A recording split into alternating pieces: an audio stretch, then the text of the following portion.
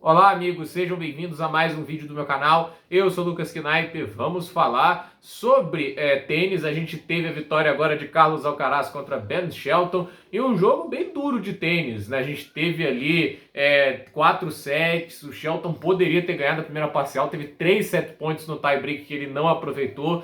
E assim, foi uma partida muito bacana de acompanhar, alto nível de tênis por parte dos dois tenistas e o Alcaraz leva a melhor, né? O Shelton, ele disse que ele podia ser competitivo no saibro e eu não discordo. Eu acho que até essa partida é uma demonstração disso. Ele tem ferramentas, um excelente saque, ele tem ótimos recursos de fundo de quadra, principalmente no forehand. Quando ele bate equilibrado, ele tem uma capacidade de gerar velocidade no golpe que eu ouso dizer atualmente no tênis é inigualável, né? Ainda mais com o peso que ele coloca, que ali a velocidade de spin de uma maneira insana. Mas eu acho que a maneira de usar esses recursos do Shelton ainda é um problema, entende? Quando ele usa bem, ele faz muito estrago nos adversários, mas quando ele usa mal, ele dá muito ponto de graça. E aí que a gente fala muito sobre o set point, né? Tipo, ele não consegue colocar o primeiro saque em quadra, joga a bola na rede. O backhand do Shelton, inclusive, é isso, né? Tipo, é uma bola que ele tem bastante dificuldade, assim, de ter consistência. Às vezes consegue bons ataques, às vezes consegue ali boas mudanças de direção, mas é claro que ele não tem a convicção de bater o backhand igual o forehand. Ele comete muitos erros que no final acabam custando caro, e não é à toa que o Alcaraz insistiu uma parte do jogo pelo backhand e tentando colocar ele em movimento, né? Porque o Shelton é um tenista atlético, ele se movimenta bem, mas não é um cara que consegue construir o equilíbrio para bater em movimento tão bem ainda. É algo que ele pode melhorar, ele é muito jovem, tem muito potencial, mas ainda acredito que a maior barreira do Shelton é ter uma coisa mais estratégica, né? Ele é muito instintivo, ele manda uma pancada quando sente que é a hora, manda um slice quando sente que é a hora. Tem horas que ele inventa golpes que não tem necessidade. Teve um lá que o Alcaraz deixa uma bola curta e vai pro voleio, ele tenta fazer um slice profundo ao invés de tentar colocar uma curta. E assim, é uma coisa que a gente pensa, né? Tipo, você tem ali, naquele momento, uma bola para definir, você tem que, às vezes, colocar um pouquinho mais de simplicidade, né? Fazer o simples e o básico. Você não precisa inventar. Às vezes, né, fazer o básico é o mais importante, né?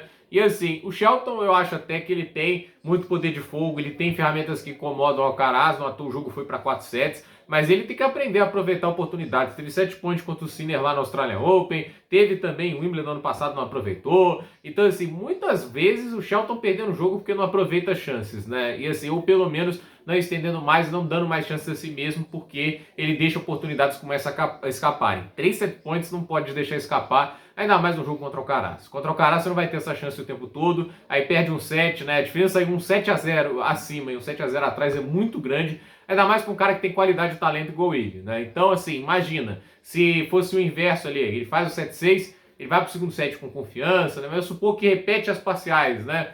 O terceiro set com a vitória era 2-7-1, ele está em um set da vitória. Então, essa é a diferença, que ele não soube capitalizar. Mas, de qualquer maneira, o Alcaraz tem méritos, fez uma boa partida, não teve uma oscilação tão grande quanto teve contra o Dzumhur. Acho também que a dinâmica é muito diferente. O Dzumhur, a meu ver, ele traz elementos táticos muito distintos, ele jogava de uma maneira que incomodava mais o Alcaraz no aspecto de explorar mais a ansiedade dele, né, de tornar o jogo um pouco mais, assim, pensado e menos na intensidade, menos no volume. Então, nesse aspecto, o Dzumhur trouxe algo que incomodou mais o Alcaraz. E aí fica a dúvida, né? Como será esse jogo contra o Tommy Paul?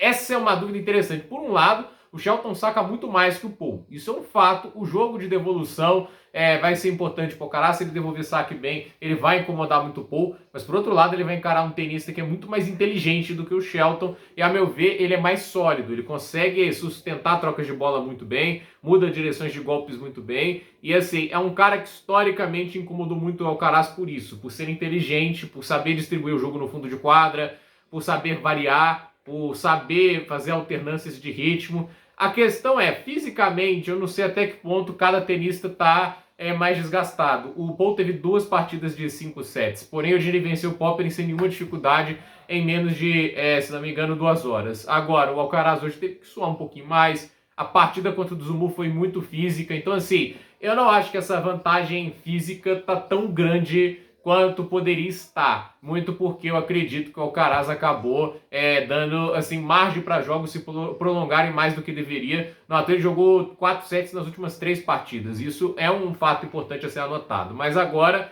enfrentando o Tommy Paul, é um jogo difícil, é um jogo que traz isso, né? O Paul vai ter essa ansiedade, vai prolongar pontos, vai forçar o Alcaraz a jogar mais no fundo de quadra também, né? É um cara que também consegue ir pra rede, se vira muito bem lá. Então, assim, é legal esse jogo. Esse jogo tem potencial de ser um dos melhores do torneio, até porque quase todo Alcaraz e Paul foi sempre uma delícia de assistir. Então, acredito que a gente vai ter um grande jogo. Alcaraz vai às quartas de final. Para mim é o favorito nesse lado da chave. Eu sei que tem Rooney Musetti ainda na chave, tem tenistas perigosos que o Alcaraz não pode subestimar, que já o derrotaram no Saibro anteriormente, mas de qualquer maneira, ele é o melhor tenista dessa chave e para mim é o melhor tenista ainda no torneio em termos de teto de produção do que vemos atualmente, né? Do outro lado da chave ainda tem Zverev, Sinner, Djokovic. Eu sei que lá ainda tem perigos muito grandes ainda, mas nesse lado da chave aí eu acho que o Alcaraz ele tem um degrau acima, porém não pode dar aquela situação de, assim, margem para os adversários crescerem para cima dele. Então, gente, por esse vídeo é isso. Dúvida nos comentários, deixe o seu like, se inscreva no canal, compartilhe esse vídeo